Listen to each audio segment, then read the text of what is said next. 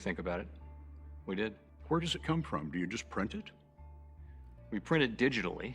So we as a central bank, we have the ability to create money digitally, and we do that by buying treasury bills or bonds or other government guaranteed securities, and that actually increases the money supply.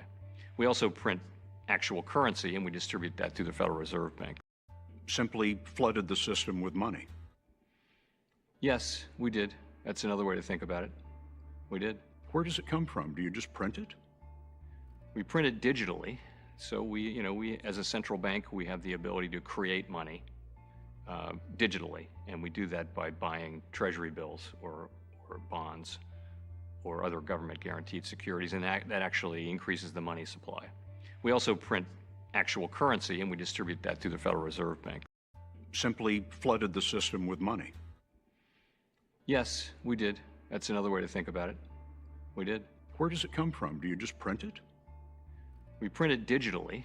So we as a central bank, we have the ability to create money digitally, and we do that by buying treasury bills or bonds or other government guaranteed securities, and that actually increases the money supply. We also print actual currency, and we distribute that through the Federal Reserve Bank. Simply flooded the system with money. Yes, we did. That's another way to think about it.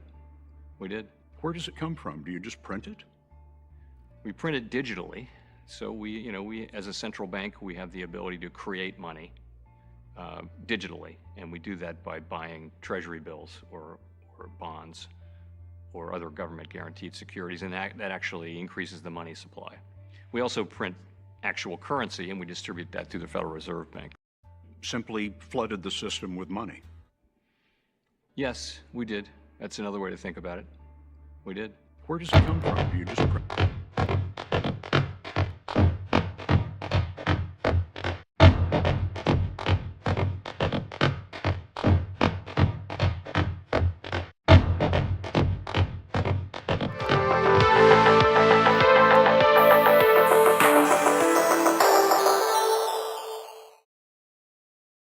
Hey, what's going on, everyone? Welcome back to the channel. Welcome to Dano Crypto. On this channel, we show you guys how to make simple, effective, and easy moves in the cryptocurrency ecosystems. So we want to just cut right to the chase.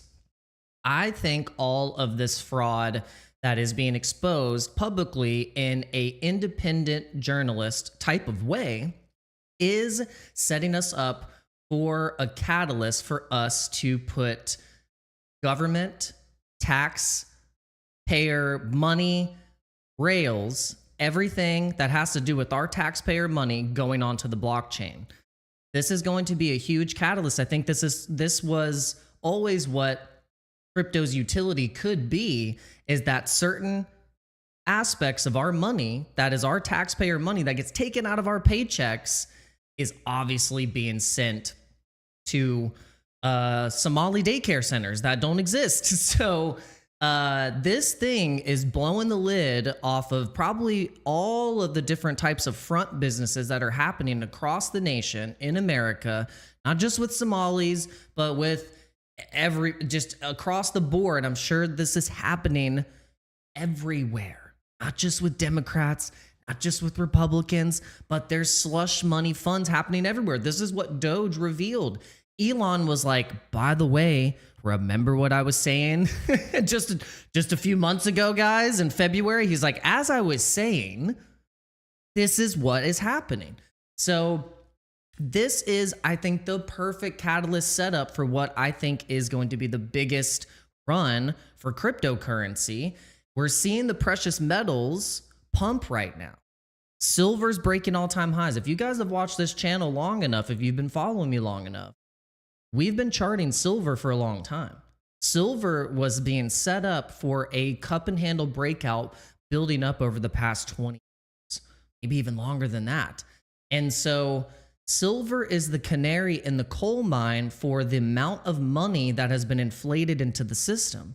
And so it's represented by the strength of the dollar inversely correlated with silver's movements.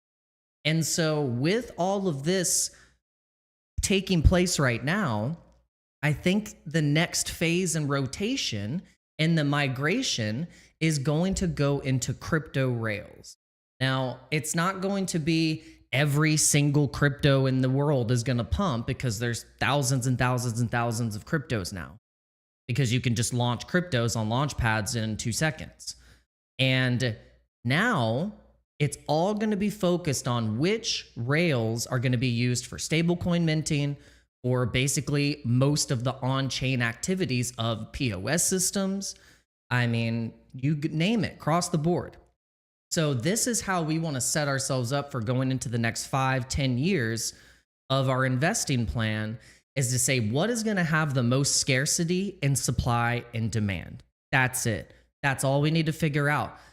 Acquire these things at the absolute lows and know that it's going to take a little bit of time and some patience to be able to reap the benefit and the reward of taking the risk, because it's not fully guaranteed. This is a risky game, but we have to not be on the sidelines, because if we know inflation is real, then you being on the sidelines is way more riskier than investing in cryptocurrency or doing anything at all. So knowing this to be true, let's dive into some crypto stuff today. Let's get started. Hit that like button. Let's start the show.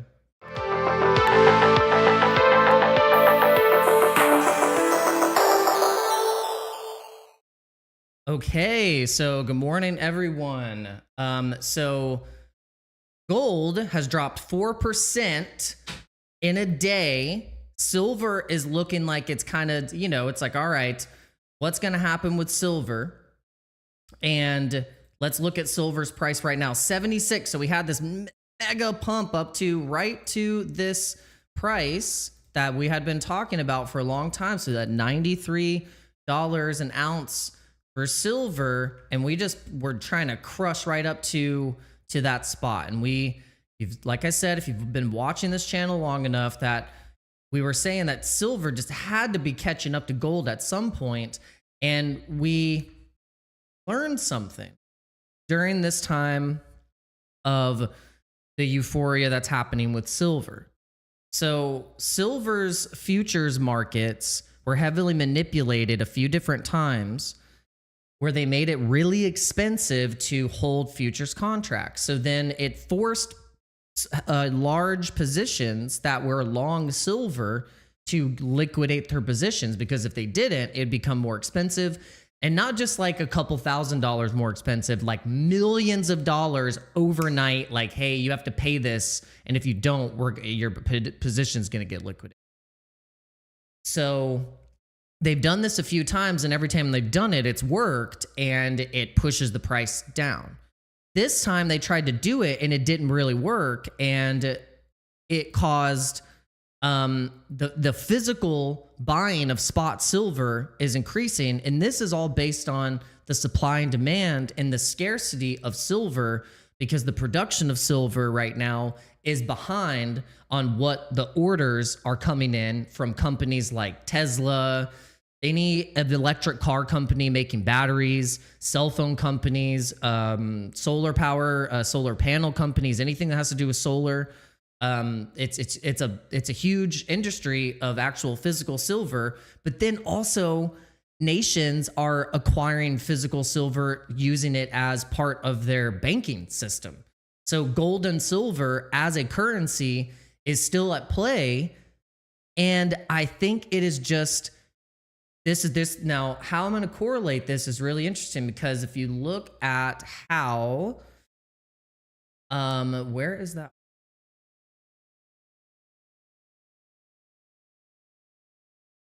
There it is. Okay. Bitcoin and Ethereum. Are they the new economy's gold and silver? Possibly. This is kind of how we've always, back in the day, viewed Bitcoin was like a digital gold, and Ethereum, or at least Litecoin, was always referred to as the Bitcoin's gold to silver, and the that kind of correlation. But if you think about it, we should have always been looking at Ethereum as the silver, because of how ETH and how silver is compared together, it's actually very, very, it has a lot of similarities. Silver is lighter. It's more divisible in a sense that, like, it's been used up more of a type of more of a currency than gold. Gold was more vanity, has more percentage of like vanity aspect. Silver has more like actual like currency properties in terms of how it can split. Obviously, you can use silver for jewelry too, but it's obviously different. You know, it has a different value set. But and Bitcoin and Ethereum have a different value set as well. It's like, obviously you're not going to be able to on the Bitcoin mainnet be like sending transactions like in a mass scale. Obviously it doesn't work, because when that happens, the network fees go to like $30, and then that's not a very sustainable way to transact because it gets expensive. The whole point is to be able to have something like Ethereum where you have that mainnet it gets expensive too, but hopefully it looks like they fixed it, because I don't know if you guys have noticed, but the gas fees on Ethereum have been a lot cheaper as of late.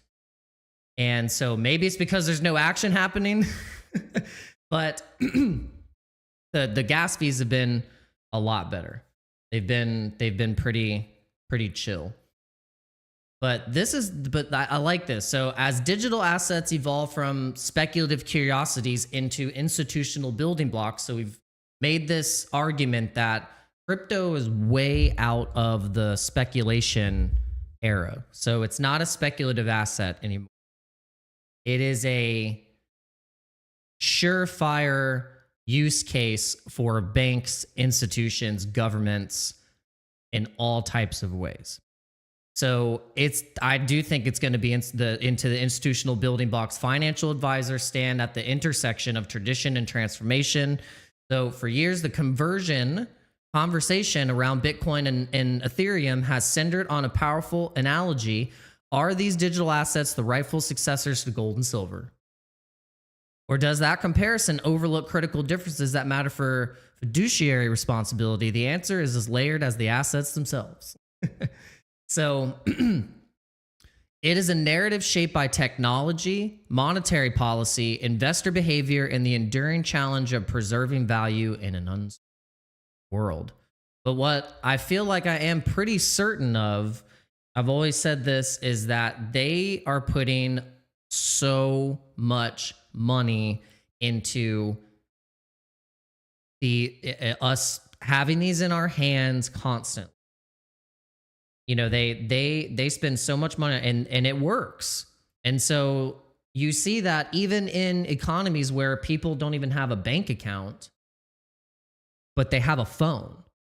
So this is why I still believe in crypto as one of those, you know, this migration. You see the title of the video. The migration is going to happen.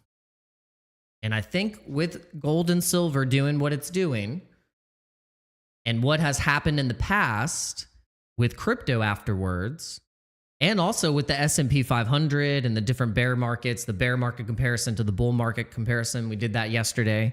Thank you guys for tuning in if you were in here yesterday. I appreciate it.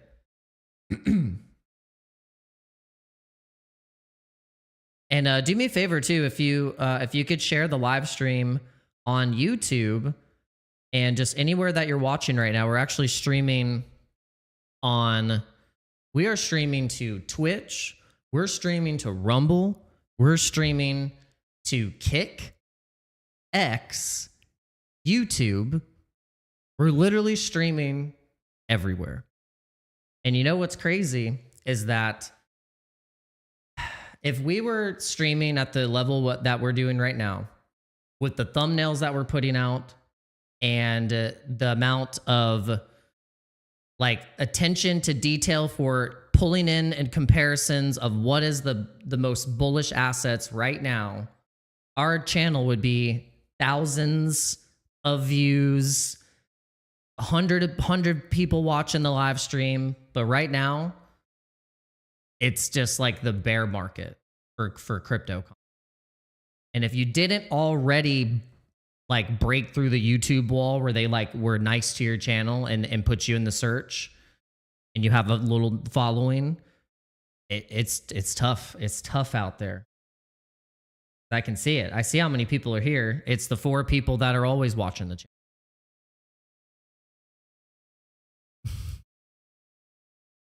So share it, please, and hit the like button because, man, it's tough out in these streets. A little tough out in the streets. So what do you guys think? So this is the chart that I love looking at. Is like you can see the obvious volatility in comparison with the progression of gold and silver over a logarithmic scale from 2016 to now. Is that all I see is a massive, like, look, if you were to draw a line going straight through here, you would see a massive trend that has hit a bottom. And anytime we've been at those bottom trend lines, you've seen a massive growth in network effects during these times. And it all coincides too, if you look at the chart, when gold and silver, you can actually see it. When gold and silver starts pumping, look at how much crypto goes up in comparison. And then you can see wherever we get a bottom in gold and silver and it gets a pump, look at the comparison of pump to Bitcoin and Ethereum. And then look, so we've had our pump, we've had that next pump in gold and silver. And there's like crypto people saying that they're just like going to buy a bunch of gold and silver right now at the top. And then there's like, what, not buy crypto at the lows when you've seen this type of chart happen? This is why I'm like, what is even happening here? It doesn't make it, you know, for me, it makes total sense. What doesn't make sense is people forgetting that this picture right here is still at play. The phases still happen, and sometimes they happen multiple times in bull markets and in some of these bear markets too, where it's like right now we're in phase 0 where precious metals and gold and silver and that supply demand principle is happening because we know that. If you watch the intro, if you were watching the intro video, I'll play it really quick. But I've been playing this intro video because I think this is what they're going to do again. I mean, that's what the Fed does. And this is what governments are doing, is debasing their currency. And the only way that they can get value out of printing money out of thin air is by putting it into stocks and assets and commodities, which has been gold and silver. The banks know this. Then the banks are also using crypto to mint the stable coins and all that stuff.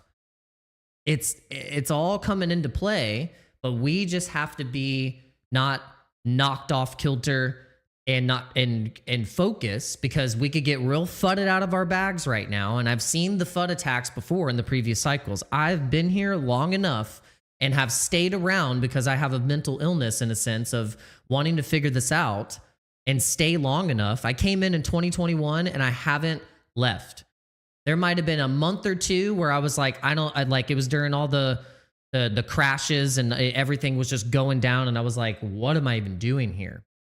But I thought to myself, I'm like, it's probably not going to be easy coming into an emerging bleeding edge culture technology that is crypto, and it be like an easy ride, because everything that has had massive growth has had massive volatility attached to it. So we have to survive the volatility. So then we can, in hopes to get a possible reward, like I said before, not guaranteed at all.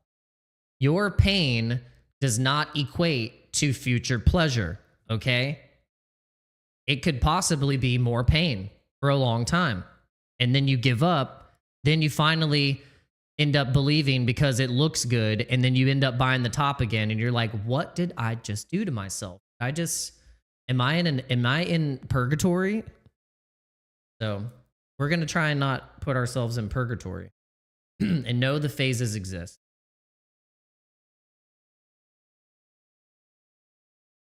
So right now, the way that I'm looking at the markets is that we have an obvious inverse correlation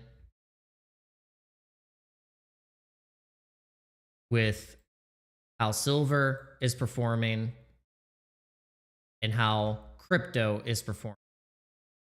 You see, right now,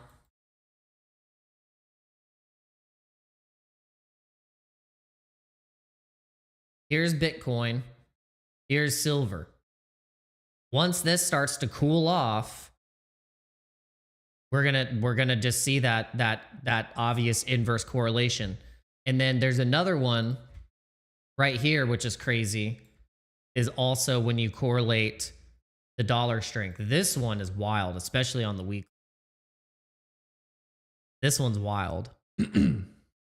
This one I like pointing out because this chart represents that once we get back down here, which I think is going to happen, well, because like, look, we have this trend happening. We have an obvious downtrend. We're going to be scooping down here. They're going to flood the system with money again.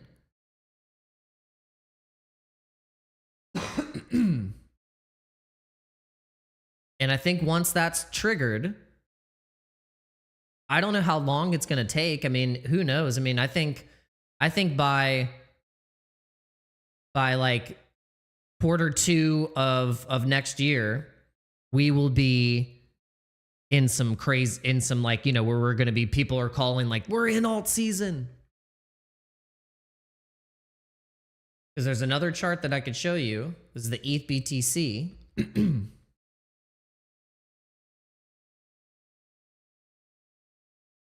Look at how when the dollar was up here, ratio down here at the bottom. Now we're starting to get back up. Looking good. I've been saying once we're back up here, which I would think we have a good chance. I think we have a good chance of getting back up here. This is when you would be thinking about taking profit, right in this area. You just look at this chart, you say, okay, we've been here 2 times, technically 3 if you want to count this season right here, which was like really early on, like coming from the actual like open, you know, creation of Ethereum. 2 different alt seasons, 2 different bottoms, 3 different bottoms, one here, one here, one here. So I see this as like a, you know, just you have to have patience and you have to be buying spot networks and the underlying assets that are on the networks in these areas. And if I'm telling you, you just DCA whatever you like in these areas right here, you dollar cost average in these areas. I can't tell you what to buy, but you can use this chart as you're like, all right, if it's still here, it probably whatever the heck you're buying the lows. You know what? You're buying the lows, my friends. If you were still here, you're buying the lows. Look at the alts. They don't look that great still. I mean, it doesn't look that great. I mean, look at Polygon. It's in the toilet. Look at Algorand. Looks terrible. Look, XYO had pumped a couple times, but it still looks terrible. Everything looks terrible. Everything is at the lows. So at this point, you just find what you understand, what you know. Hey, if you like HBAR, well, cool. It's 11 cents right now. So that's what you have to, like, don't complain. Stop crying about everything. And put your money where your mouth is. Like, look, I talked for months and months that I wanted to buy a Sproto. And finally, they're at the lows.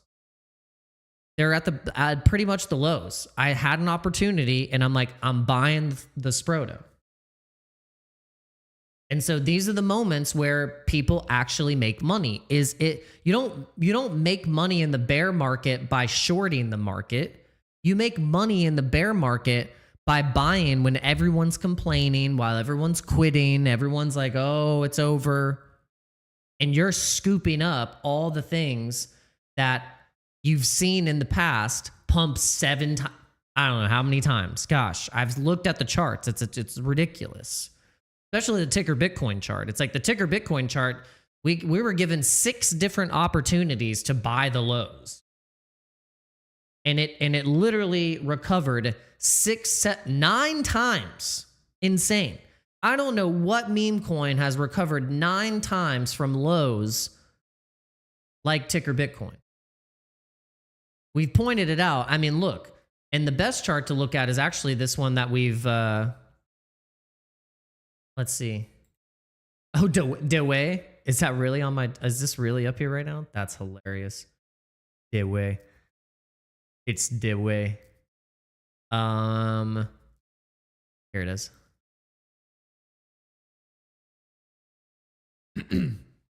Look at this.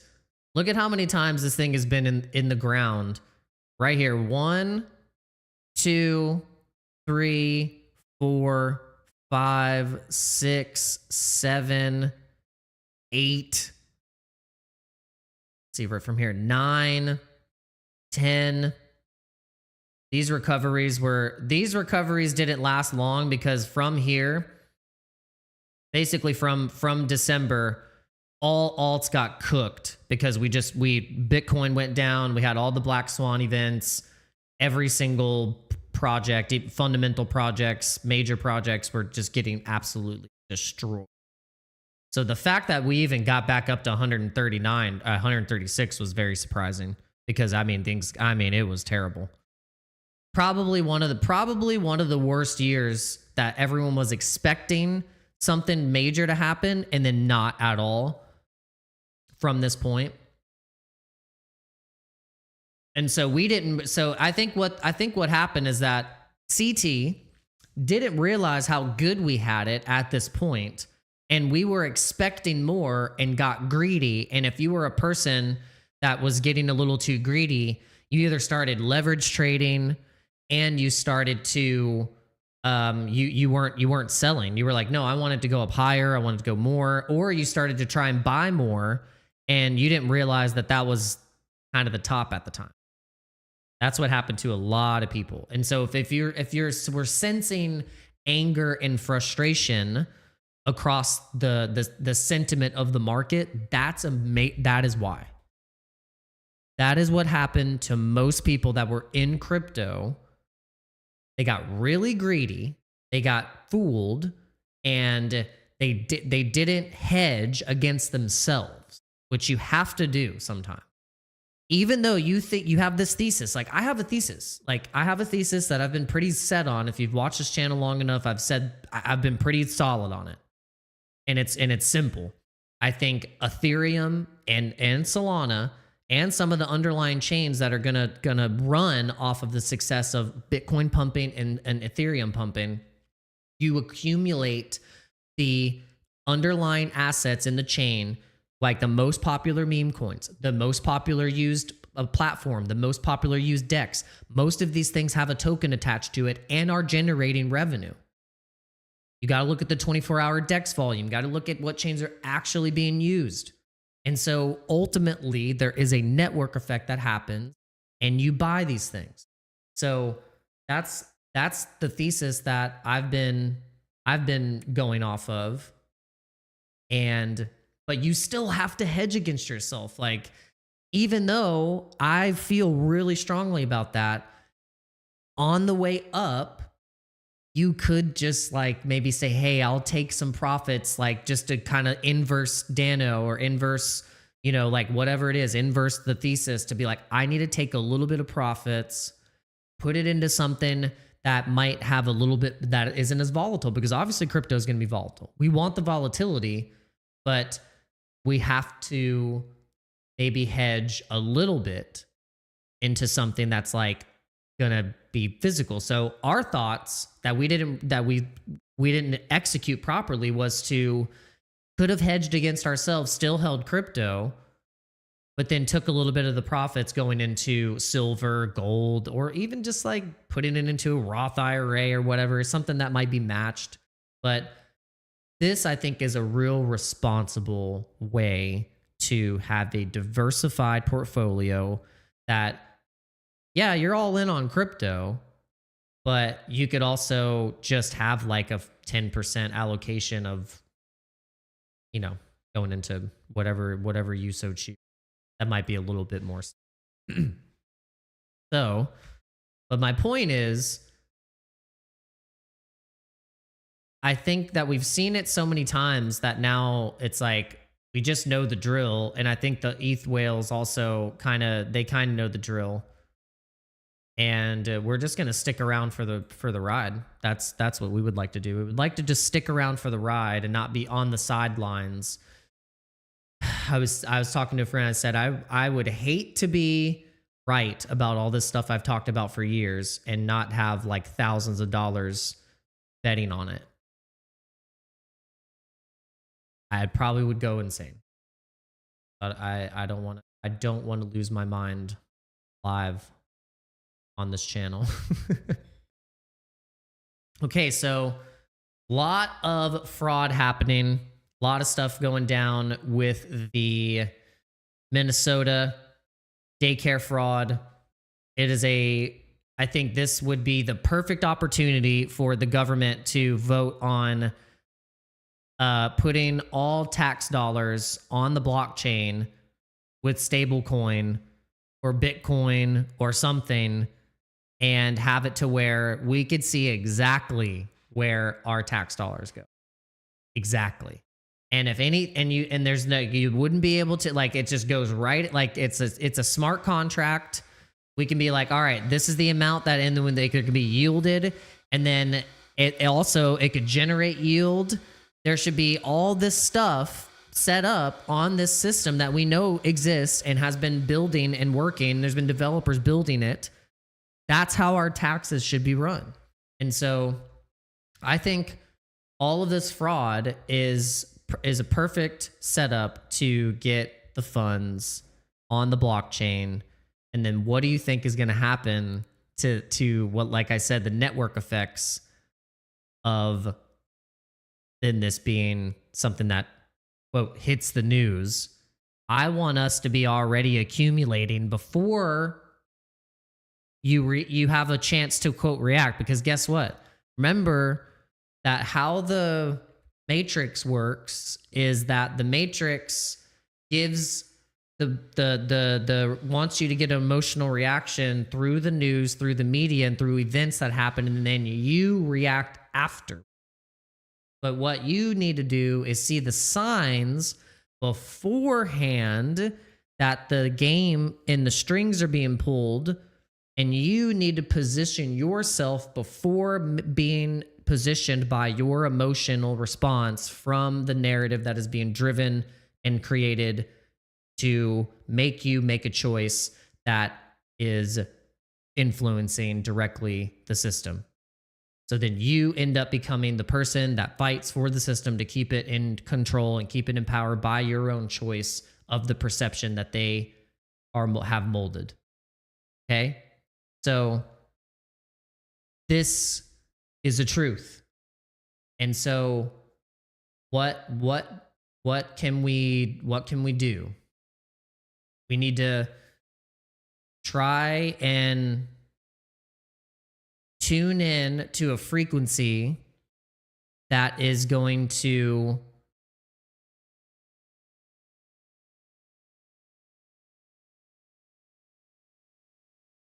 we just need to tune into a frequency that's going to help us decipher the code. And I think it'll help us to program our reality a little bit. I guess is what I'm trying to say.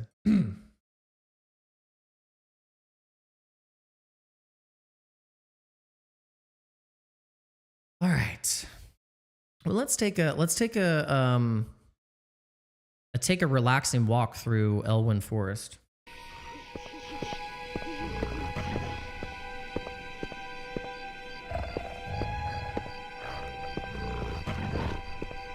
And let's discuss the Richard Hart sacrifice.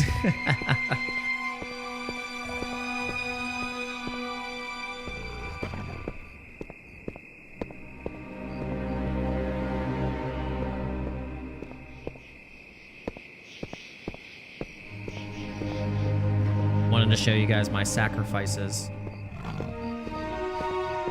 All right. So I've sacrificed two different coins, Litecoin and Ethereum.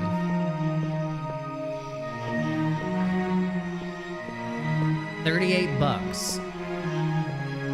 And I have 306,000 points. So for that, hopefully that equates to $300,000 of an airdrop. Let's do it.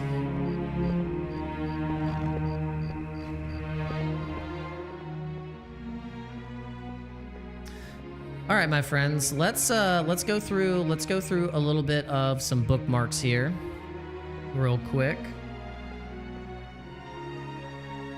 I don't know, is it just me, or is Charles Hoskinson one of the most insufferable crypto founders in history?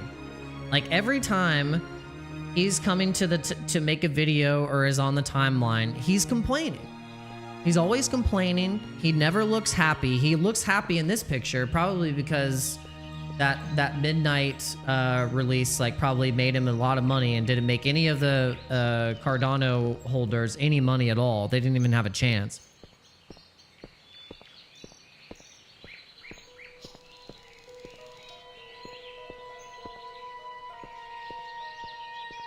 He annoys the crap out of me. I'll be changed if I see him in person in one of these crypto conferences and he's like cool. And we're like, yo. But I'll just tell him, I'll be like, Charles, why are you always complaining? I'm like, if you just came to the timeline and just were cool and saying like, yeah, guys, come over and build on ADA. I mean, it's great. You probably would build on ADA. But I don't know. It's just every time there's a video of Charles, he's always complaining. And I'm like, stop. This is funny. This is little Joey. So if you guys know about little Joey was trying to get checked in to a daycare center in Minnesota and couldn't find.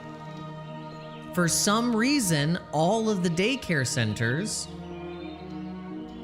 were full, but there was no kids to be seen. So little Joey is now abandoned on the bridge.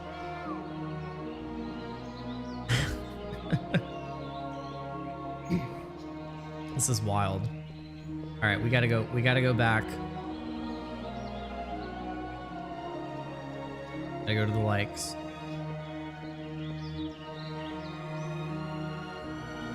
Here's a breakdown on silver. Silver, full positional breakdown. I was like, no one's gonna read these charts. They don't know what this means. So I said, Grok, explain this like I'm 5 and bullet point it.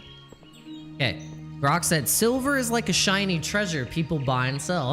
I thought that's so funny. Big players, money managers, bet if its price goes up or down. The charts show they're mostly betting it'll go down, so they're putting in short positions. A lot right now. They added more down bets and removed up bets last week.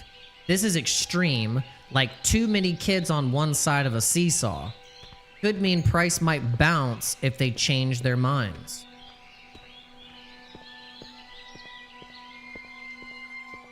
Very, very interesting.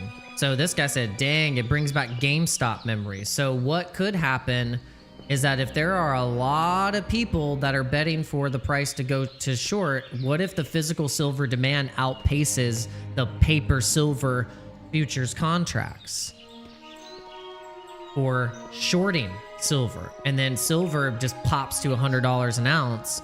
Then it hits a correction. And then that's when we just start to see Bitcoin and ETH and everything else just start to go flying. That's what I'm thinking. That's what I'm thinking.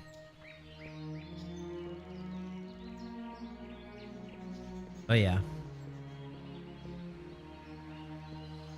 Make sure you guys are hitting that like button. I only see that there's 2 likes. I don't understand. There's 10 people and there's 2 likes. Did you guys forget how to hit the like button?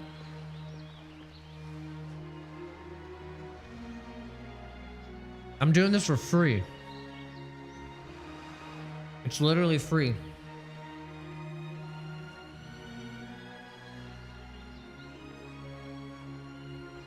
Pretty sure, yeah. Pretty sure I don't charge. Let me make sure. Let me double check. Yep, nope, it's free.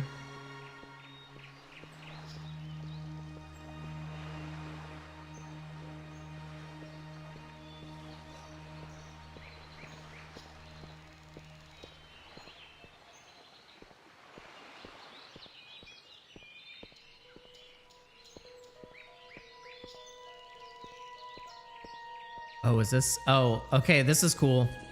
So, we've actually talked about this.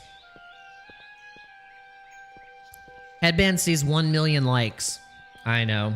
We'll get there. We'll get there. Like I said, if you didn't already have an established base of people that came in when crypto was fun and crypto wasn't, apparently crypto's not cool anymore. So crypto's not cool anymore. It's not cool enough. Not cool enough, like the keyboard player in School of Rock. Basically, if you didn't keep those people from the good times, and your channel wasn't like already being stonewalled, then those channels right now just have those people left over from the good times. And their channel got pushed a little bit more than mine. And that's just, it is what it is. You can compare it and be like, oh, well, their channel's better. No, it's not. My channel's better. My channel's better. They just don't like me as much. That's it. YouTube itself. But then you topple it in with crypto not being cool anymore. Oh gosh. Good luck. So it takes an army now. It takes guerrilla advertising, and for your meme coins and everything else to be pumping, you also have to be working for your bags.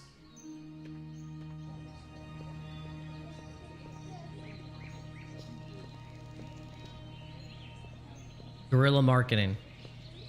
SPX 6900 in the gas station. In the Jiffy. Go get you some boiled peanuts and SPX 6900 and maybe a little ticker Bitcoin all at the same time.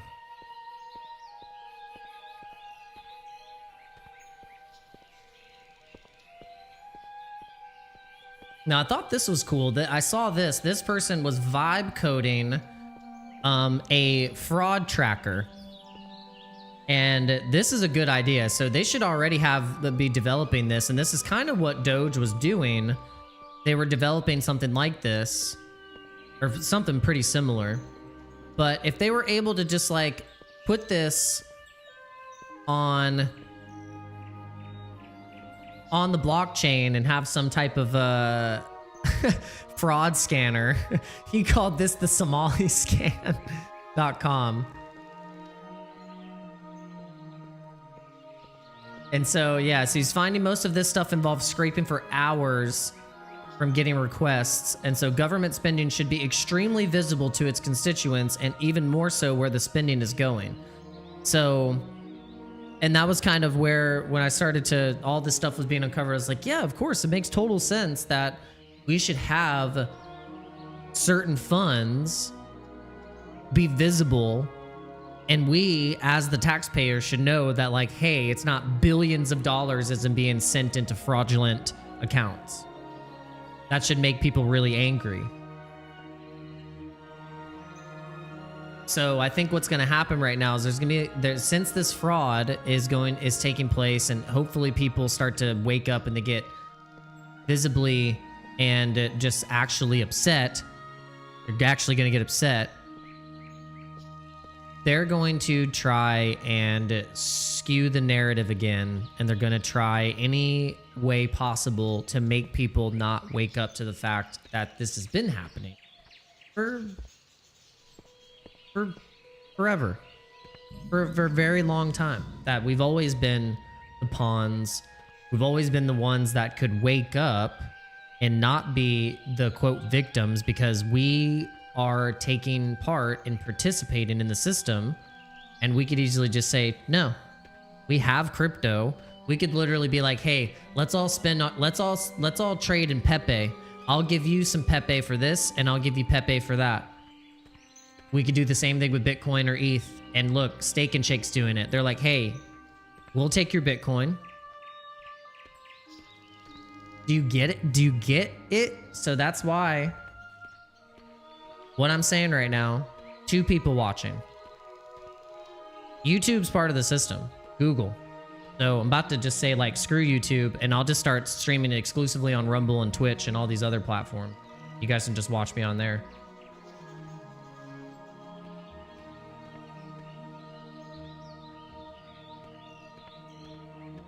Go buy Sproto. Go take part in the culture. Go buy some NFTs. Buy your coins.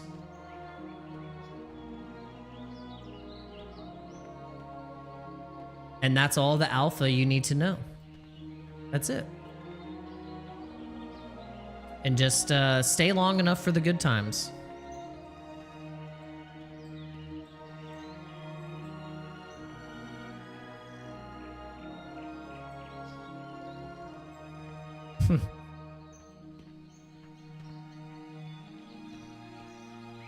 All right, my friends.